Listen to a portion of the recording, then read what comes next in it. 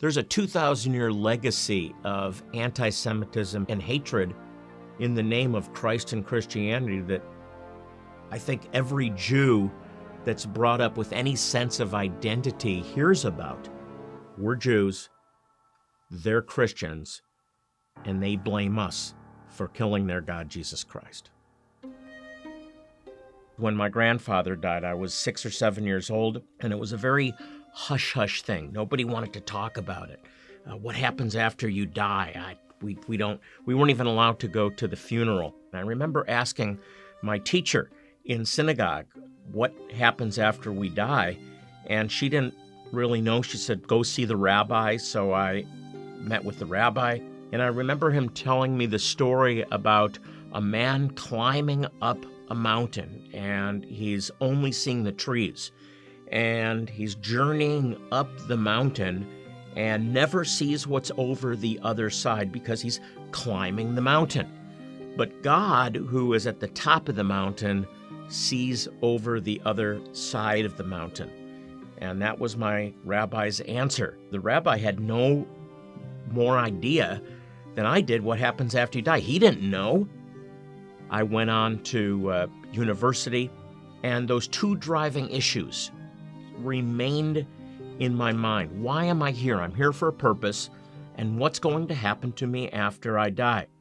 I got involved in drugs and rock and roll. I started to go to Grateful Dead concerts and doing drugs, and that was, I guess, sort of a hobby for me. But there was something spiritual about that experience, the drugs and the music, and I knew very clearly from my drug experiences that there's more to this life than just what we see. There's a world beyond this world. So through college, I'm exploring, I'm involved in these cults and the occult, and I'm searching for God. A friend of mine had really gotten heavily involved in drugs, and I saw her lose interest in classes. She stopped attending classes. She disappeared from my life. She really looked like she was dying from using drugs. She was suicidal. She was considering taking her life until one day I was walking on campus and I bumped into her, and her name was Susie. I said, Susie, what happened to you? Because she was smiling, she was vibrant, she looked terrific, and she began to tell me that something profound happened. She had wandered into a pool hall, and the owner of the hall had just become a Christian, and he witnessed her, and he told her about Jesus, and she had prayed with him to accept Jesus, and now she was born again. Her life had completely been transformed. And I said to her, I'm really happy for you, Susie. That's great. It's not for me, but if it makes you happy, that's great. And then she invited me to a Bible study, and I wanted to say no, but somehow out of my mouth I said yes, and it was pouring rain, and I had a motorcycle, and I thought I have a good excuse not to go to this Bible study. But I remember getting on the back of the motorcycle and driving through the pouring rain to this Bible study that I didn't want to go to. And I remember walking into the study, I was soaking wet, my clothes were soaked, but from the time that the Bible study started, and I don't even remember what was taught. It was the book of Revelation and how the world's coming to an end. But I just thought, I want to get out of here. But I couldn't because my clothes were in the dryer, so I was a captive audience. And at the end of the Bible study, the teacher invited me to go upstairs and talk with him. He gave me a Bible, and he began to take me through these scriptures in my own Jewish Bible to begin with, and then in the New Testament about sin and separation from God. I had never read the Bible before other than preparation for my bar mitzvah. We Jews are supposed to be the people of the book, but most Jewish people have never even read the scriptures that we claim to be our own. And as he showed me verses about my sin and separation from God, like all have sinned and come short of the glory of God. Our righteousness is as filthy rags. I just felt the weight of my sin. I was hot. The room was bright. I felt the presence of what I knew to be God himself. And so I prayed this prayer with him, and as soon as I prayed, the room went back to normal temperature. The The lights went back to normal. The sofa that felt like it was holding me in place released me. The Bible shrunk back to a normal size. My clothes were presented to me dry.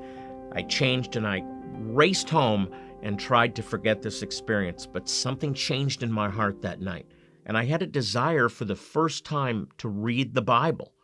I had never read the Bible before. I claimed to believe the Bible, but I didn't really know what the Bible said other than the stories that I had learned growing up. And I just devoured the Bible, and I began with the book of Matthew. I had never read the New Testament. I was taught that the New Testament was the Christian Bible. The only connection that it had with my heritage as a Jew is that it was anti-Semitic. And much of Judaism, as we wandered through Europe and other nations, was an effort to survive in what became a Christian world. Christianity was defined by its hatred of the Jewish people and blaming the Jewish people for almost 2,000 years now. So for a Jew to consider Jesus, there's really a terrible history to overcome. But I really felt this pull to read the New Testament. And I began in Matthew chapter 1. Right in the beginning, it listed the genealogy of Jesus. Jesus, the son of Abraham, the son of David. And that just jumped out at me. And I immediately it was shocking. What is Abraham and David, two of the greatest men in our history, doing in the Christian Bible? I discovered things that were completely different than I had been taught growing up. I discovered that Jesus was Jewish, that he had a given name, a Hebrew name, Yeshua, which means salvation, because he will save his people from their sins. I discovered that he was born in Israel of Jewish parents. I thought he grew up in Rome, in the Vatican.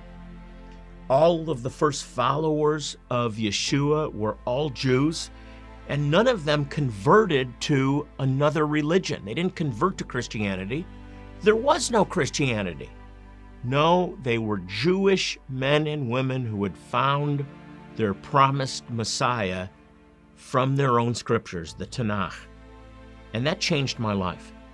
I began to find the answers that I had been looking for in my own scriptures, in the Tanakh. I discovered that God had a purpose for my life, and that purpose was to know him, to walk with him, to serve him. I discovered that there is a life after this life. I knew almost immediately that God was calling me, that he had a destiny for my life to serve him full time. I ended up moving to Russia after leading a Messianic congregation from a number of years in upstate New York, and then began to work in Ethiopia, in Zimbabwe, throughout Africa. And for the last number of years, we've been providing medical clinics where we provide dental care, eye care, medicines, even surgeries, free of charge. We just do it to serve and to let people know that God loves them. And my brother was a photographer. That's one of the things that he did. And I was able to bring him to Ethiopia as our photographer to one of our medical clinics. And he experienced in that clinic the presence of God as lives were being changed.